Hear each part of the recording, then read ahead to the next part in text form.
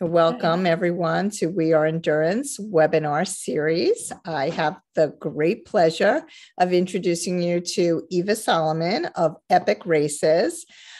Just a pitch for Epic. They have some amazing races. And last year, Jackie and I did Swim to the Moon, which was my favorite open water swim. I loved it. I have to come back. And I'm going to hand it over to Eva to tell us all about the different races that they have at Epic Races. Okay, thank you, Hillary. And, it's fun because I'm thinking about the last time I was on a podcast with you, and I remember telling you all about these races, but I was telling you, but you hadn't done one yet. And I love that now you've had that experience and understand what they're all about, because our races they're all just like a little bit different. We have our standard triathlons, but every one has something I feel like just a little different. They're special. So I'm going to start off by talking about Swim to the Moon, because that's what you were just talking about. And that's happening this year on August 20th. And we are very close to being sold out. We had a price increase on Monday. And when there is a price increase, a lot of people sign up, and we just usually get a lot closer. So that happened. We have maybe 100 spots left. And that's across the 10K actually was full. What we had to do because we can only have a certain number, we can only have 800 people, and we allocate for the races because we want people to be able to get in certain races and not have it unbalanced. So we ended up, for the first time ever, taking spots from the 5K and allocating them to the 10K after a few people emailed us saying, oh no, it's closed. We were surprised. So I think now we have over 200 in the 10K. Our first year we had 30, and we thought that was a lot from the 10K. So what's really special about this open water swim, the first thing is just the venue. It's 5 lakes, and for the 5K, it's point to point. We bus everybody out to North Star Reach, which is a camp for kids with life-threatening illnesses, and everybody swims 5K to the finish from there. And it's just, the water is calm. The water temperature is usually in the mid to high 70s. There's a little bit of a current in your favor going for the 5K, but not so much that for the 10K, it's a problem that you feel like you're swimming against a current. And it's just lovely. Then after a couple of years of having the 5K, people started asking for a 10K, and I thought, okay, we'll do that. And so that's out and back. People swim out. And then when they turn around, people start turning around, we start funneling the 5Kers in there. And another thing that makes it really special, a lot of open water swims, people have to bring their own support boat with a person in that boat. We don't do that. We have a minimum of 20 lifeguards out there on stand-up paddle boards and in kayaks, and a lot of volunteer paddlers. For people who want their own paddler, we have that person sign up as neutral support. So that person, they can hang around their friend or family member, whoever it is, but they need to be there as neutral support for everybody. And it's very safe. And if you've had the experience, Hillary and Jackie, you have too, and you know that you don't swim very far without having a support boat right there. So we're excited about that. That's later in the summer, as I said, August 20th. Leading up to that, we have the Island Lake Triathlon, which we like to call it the kickoff race for Michigan, kickoff tri. It was for a while. Now there's a couple races that are earlier, but I don't know about you guys who have raced in Michigan, but racing triathlon in Michigan in May is just like hit or miss, really. So we still call it the kickoff tri because it's more of a sure thing happening in June. And we have a mini sprint, a sprint, and an Olympic distance. So what's great about that, there's something for everybody to be able to get their season going. It's in Island Lake State Park, which is nice because it's all within the park. Just really nice course, both for the bike and the run and for the swim. It's the water temperature, it's pretty much guaranteed wetsuit legal, which people like. It's usually in the low to mid 70s and just fabulous, I think. So I'm always kind of jealous of everyone out there racing. It's early in the season and I'm just kind of anxious to get out there. And of course, I don't race these races because I'm there organizing them. And after Island Lake, we go into our women's only race, the Tri Goddess Triathlon, which this year is the part of a new series. I don't know if you guys are familiar, but USA Triathlon has a women's series now. So it's they have selected some of the great women's only races across the country, and they've created a women's series. So we are part of that. We're very excited about it. And another thing we're excited about, this is our 15th year of this race. This is the first ever all women's tri in Michigan. It's the largest all women's tri. And every 5 years, we offer an Olympic distance. So this is that year, having 15 years. So we have a mini sprint, a sprint, and an Olympic distance in that race. And I don't know if there even are any other women's only Olympic distance races out there. I imagine there are some, but I don't know. And we have a training plan out there. USAT created a women's Olympic distance training plan. So we have published that. And if anybody wants that, that is up on our website and it's free and created by a USAT coach. And then continuing with our triathlons, we also are hosting the Michigan State Championship this year. The Ann Arbor Tri, which has been around since 1986, is going to be the Michigan State Championship this year. So we're very excited about that. And what's unique about that race is it's a trail run, and not just a trail run like on a dirt road, but it's on the Potawatomi Trail, which is kind of, like just an iconic trail. People know it. It's a technical trail, a very popular mountain biking trail, but also a challenging mountain biking trail. So we're kind of proud to have our run on that trail. And it's an Olympic distance, but it's a little short of the run. So people like that. It's they're doing their Olympic distance, but it's a 5-mile run, which is still within the parameters of an Olympic distance tri.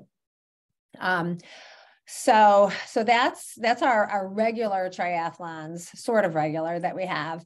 What I want to really talk about that we're very excited about, a race that we have that happens every other year, and this is the year, and it's called the Battle of Waterloo. It's a 10-stage triathlon. So we call it an adventure triathlon. And it's, whenever I say that, people say, well, I don't understand. How can you have 10 stages in a triathlon? Well, the way it happens is it's run, bike, swim, run, bike, run. So you start off in the park where it starts and run 1.5 miles. It's a loop on a trail, a really, really great loop. Hop on your bike, ride your bike 20 miles to a lake called Clear Lake. And there, just in the middle of nowhere, you find another transition area. So you rack your bike there, and then you swim across the lake. And then you run to a lake called Mill Lake. And I don't know all the distances in my head, but most of the runs are like 4 miles-ish, average of 4 miles, maybe 5, some of them. And then you get to Mill Lake. Mill Lake, you don't know what you're going to find each year. Sometimes it's a lake, sometimes it's a swamp. And every year it's swimmable. I go out there and test it myself to make sure that it's going to be okay for everybody. It's fun. And we have little nicknames for some of the swims. This one is Lily Paddles. because there's lily pads that you use as paddles. And if you use them as paddles, it's great. You know, you grab one and kind of push the lily pad and just move through. So you get through there, and then you run to a lake called Crooked Lake. This is your longest lake. I think it's like 9/10 of a mile. And you get to Crooked Lake and you swim there. And oh, by the way, I didn't mention this at the beginning. You have to carry your gear with you the whole time. So when you're swimming, you have to do something with your shoes. When you're running, you have to do something with your cap and goggles. People do all sorts of things. We started this race long before safer swimmers were a thing. You know, those like swim buoys that you pull behind you. We started before that. So, you know, personally, I kind of liked it better when people didn't have them, because we would see all the contraptions people would come up with to carry their shoes. They would do different sorts of things with dry bags. Some leave their shoes on their feet. Some still do. Some take their shoes off of their feet and they tuck it into the back of their bathing suit. And it kind of almost works like a pull buoy when you have it there. Your shoes are wet, but they kind of get wet anyway. So Crooked Lake, you've got that longer swim, figuring out what to do with your stuff. You get out, and then you run to where you left your bike after that 20-mile ride, and get on your bike, and you bike 5 miles back to where you started. So it's just a shorter way. It's a shortcut. We take everyone on a longer route, a real nice route getting out there, short 5 miles to get back. You rack your bike in your original bike rack, and then you run 1.5 miles to the finish. And I love being at the finish because everybody crosses the line and says, oh my God, that was so much fun. I mean, it's just like one after the other. Nobody has crossed the line and said that sucked. And that happens at races. But everyone, they're just like, that was a blast. That was so much fun.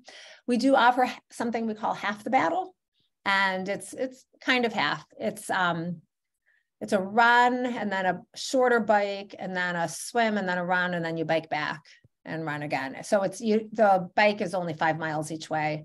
So it's just something, if people want to get a taste of Battle of Waterloo, see what it's like, we have that option. So, what's the mileage of that? The total is 42 miles. So, but remember, 25 is bike. So if you want to think about like, what would it be equivalent to? It would be kind of like a half Ironman, but shorter because of the bike. But the rest of it is close. The running is about 13-ish, right around there. The course sometimes changes a little bit, so I don't know like all the exact distances, but each run is anywhere from 3 to 5 miles. Very manageable. Why? I mean, why do you do it every other year? Is it because it's just so much it's a lot of work. Yeah. And, every year, well, can't you just do it again next year? And we went ahead and did that once, and I never regret it because I love it. I love what I do. I love putting on races. I love that race. It's so special, but we put on a lot of races, and the ones I just mentioned were just the triathlons and the swim. We also have running races. We have the Ann Arbor Marathon. We have a turkey trot. So it's just a lot. And I don't want to spread our talent too thin. I want to be able to give it our all at every race. So that's the reason. And I think that makes it kind of special for the participants, knowing, do it this year or else you have to wait 2 years. So I guess I have to wait 2 years, huh? You can do it this year. Yeah, I'm more booked up. Well, we all get booked. And who knows, we have a unique thing going on for us this year. So I have my niece's wedding in Boston that weekend. And I'm not going to miss my niece's wedding because of work. My work is unique. It's different. It's hard to take a day off. It really is. On a race weekend, of course. Otherwise, it's not that hard.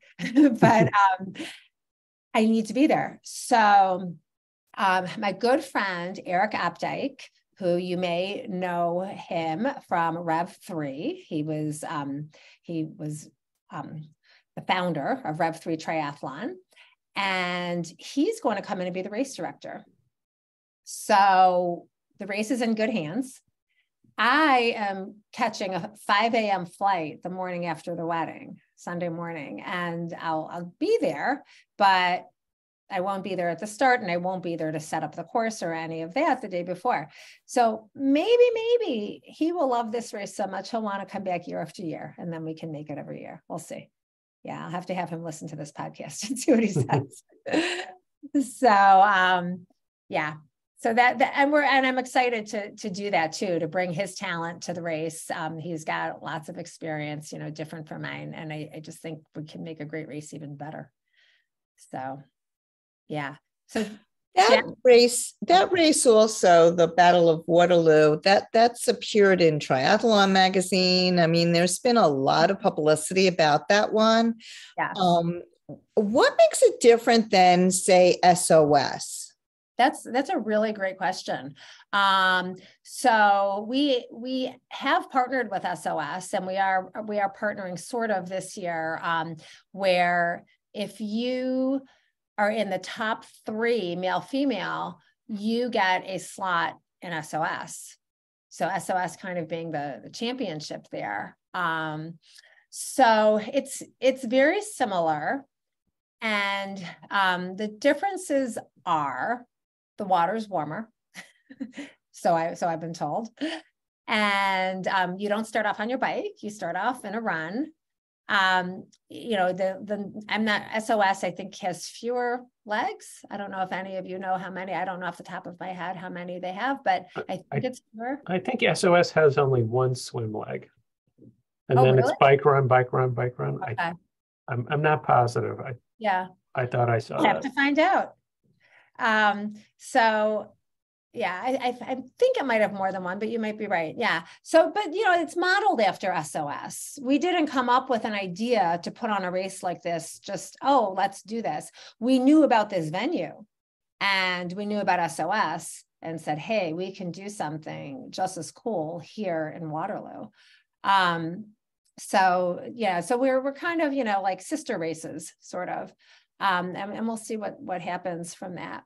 But it's exciting that people can get slots to SOS because it fills up so fast. So yes, we're excited to be able to offer that, and hope that all works out. Quick question about the bike on the Battle of Waterloo. So you said it's 20 miles. What is it? Is it trail riding or? No, it's all road. Oh. Yeah, and we've thought about actually making it a gravel bike, because we could out there, we could come up with a course that's gravel, but it's road, kind of, so more, classic triathlon with that.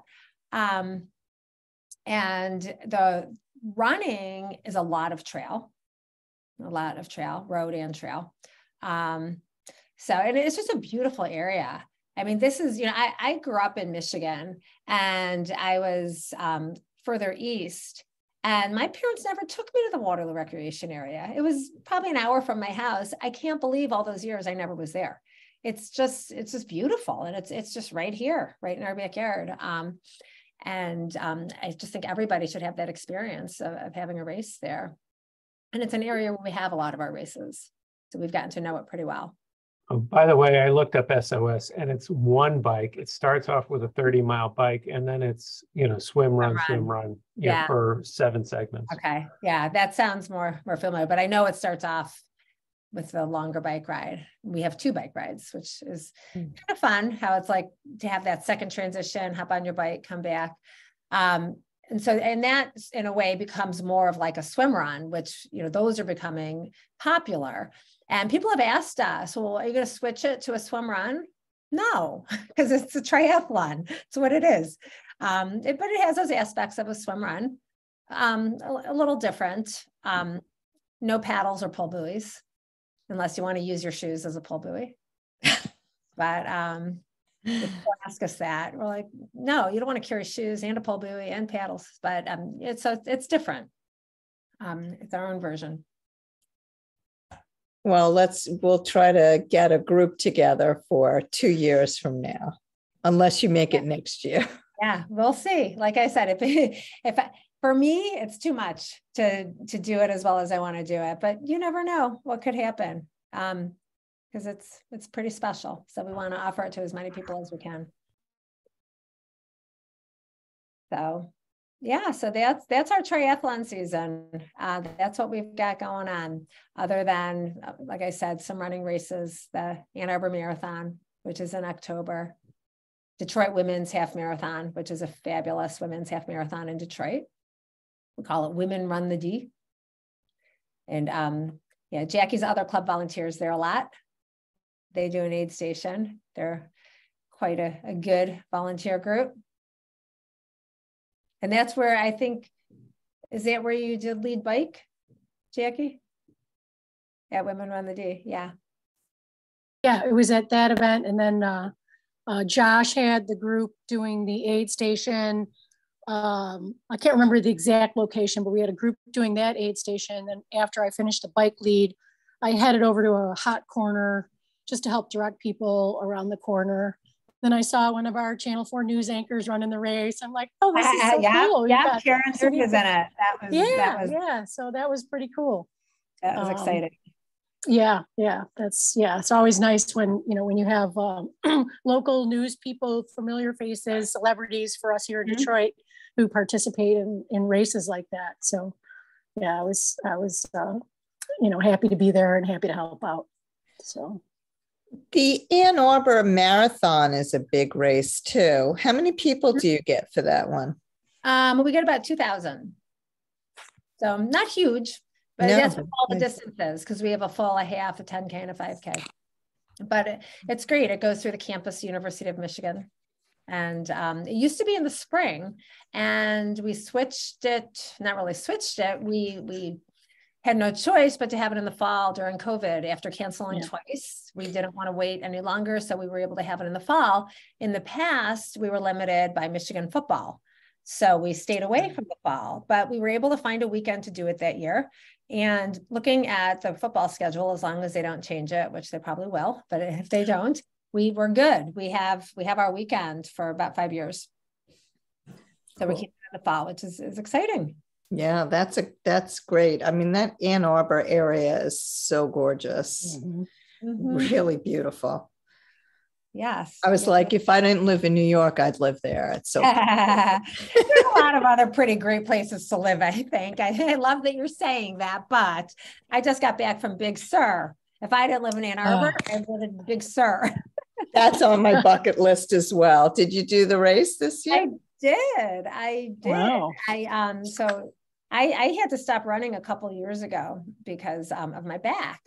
And I started walking, and then I realized I'm a fast walker. So I walked, they have a 21-mile distance, and I walked that. I actually did it last year as well. I liked it so much, I came back.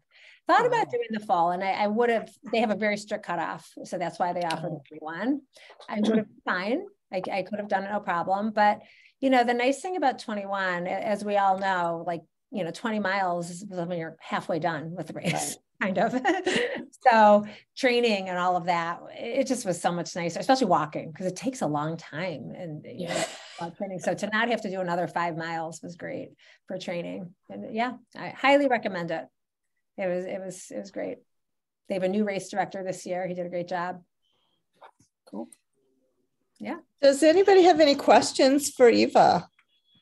So in the Waterloo race, how much time does it take for the average participant to complete the race?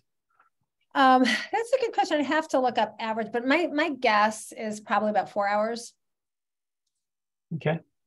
Yeah, that might be a little on the fast side, but it's about four hours. Because is there a cutoff? There is, and it's on the website. You probably so around 7 hours, maybe 7 and a half ish.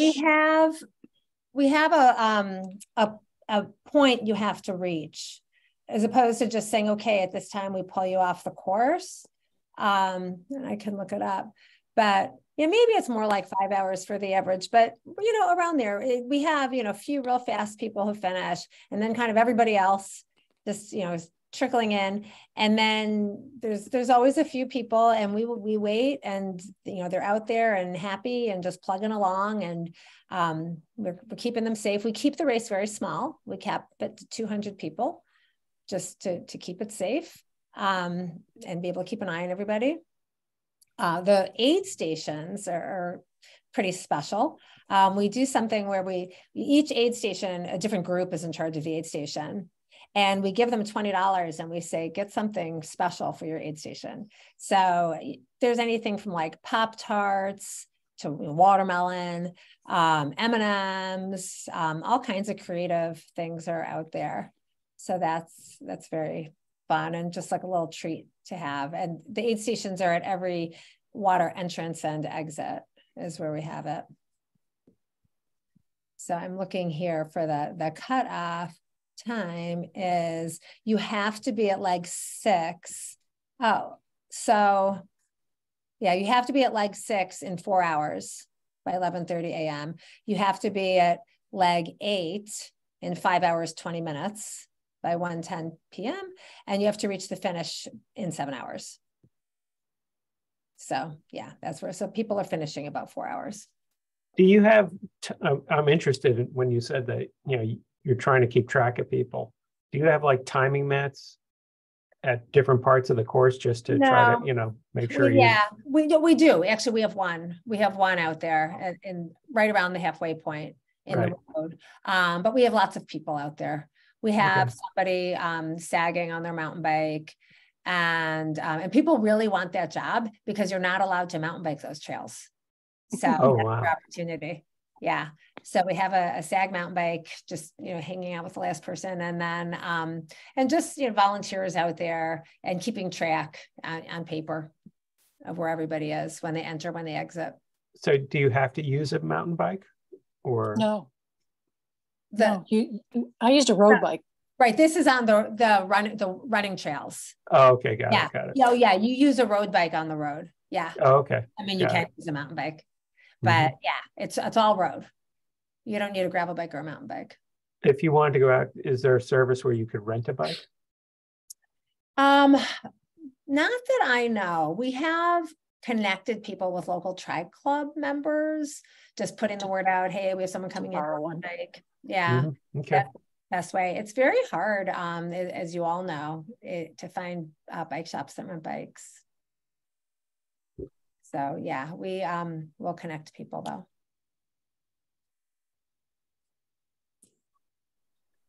Great. Anybody else?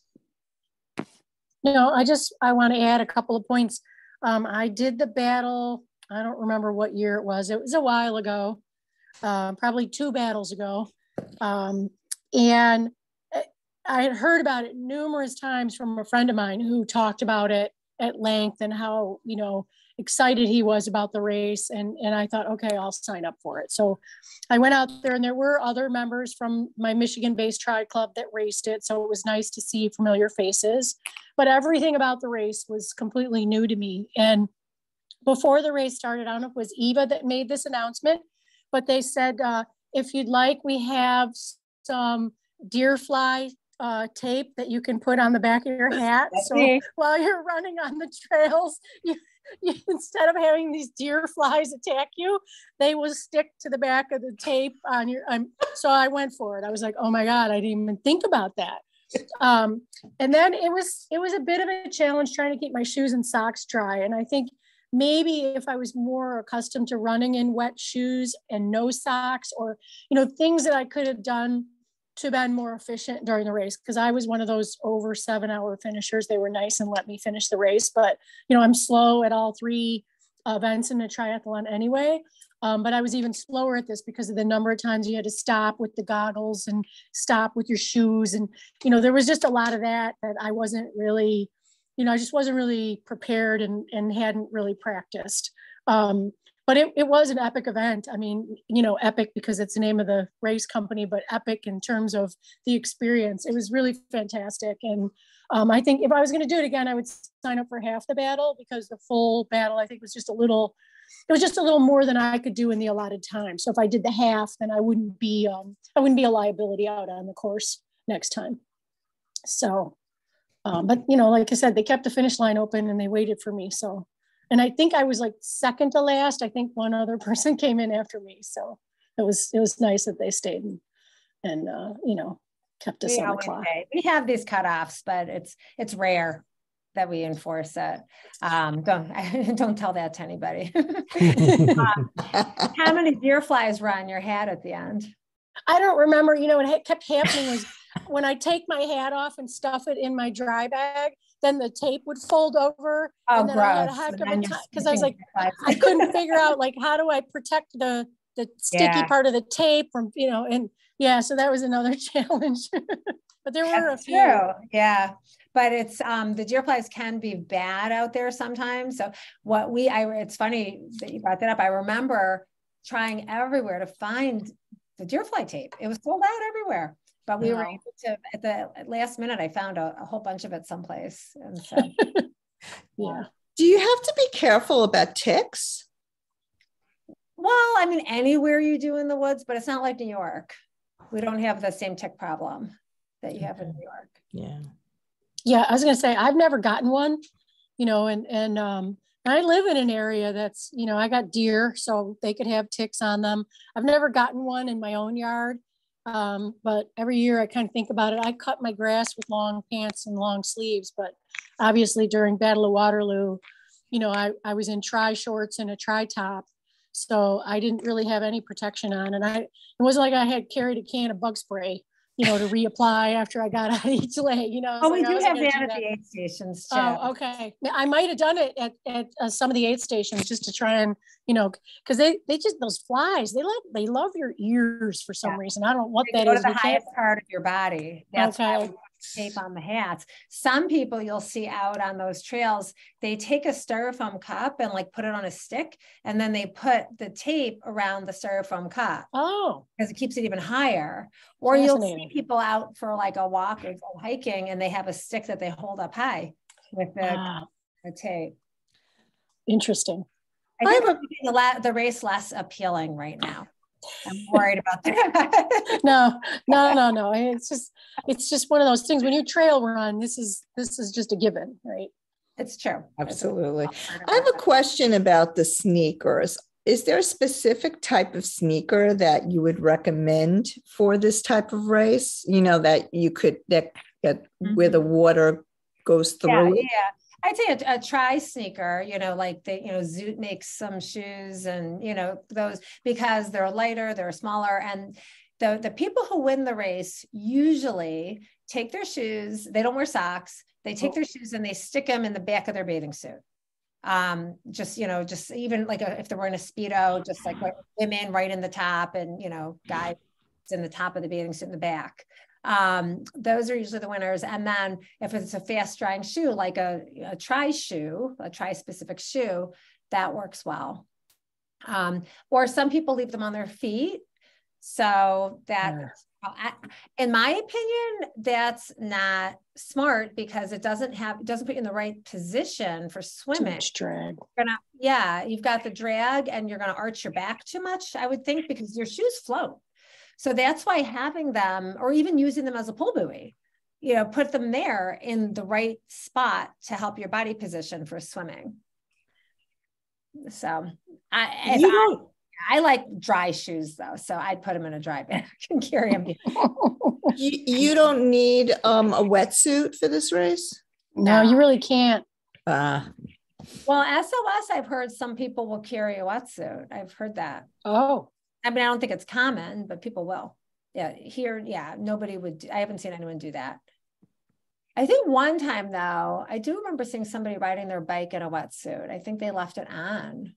Wow. There was something. I don't remember the whole story, but I did see that once. But the race is always in July, right? Yeah, I can't imagine wearing a wetsuit. No, it's too hot for that. Yeah, and the lakes are warm. None of them. So 2025. Right. That would be 2025. Who knows what'll be going on by then? That's why you got to do it this year. That's the whole thing with the every other year, Hillary. You don't know what's happening in 2 years. Then I'll be in a really old age group. Maybe I'll win. There'll be two of us. You can have first and I'll take second. If I'm doing it, you're doing it with me, Jackie. I will. Yeah. So, anything else before we end? All right. Well, thank you very much, Eva. I really appreciate your time and telling us all about your races, and they all sound amazing. So we will definitely come out there and do them. Yeah, no, we're very excited about this year. Things are getting back to normal. Our numbers are soaring, which is great. Getting back from the whole COVID fiasco, and we're feeling good about it. We're excited. Great to see you, and what a nice surprise to see Jackie Brown. It just took me a minute, but it's great and nice to meet you, Ray and Stephen. Thank you. All right. Bye-bye. All right. Bye. Great day.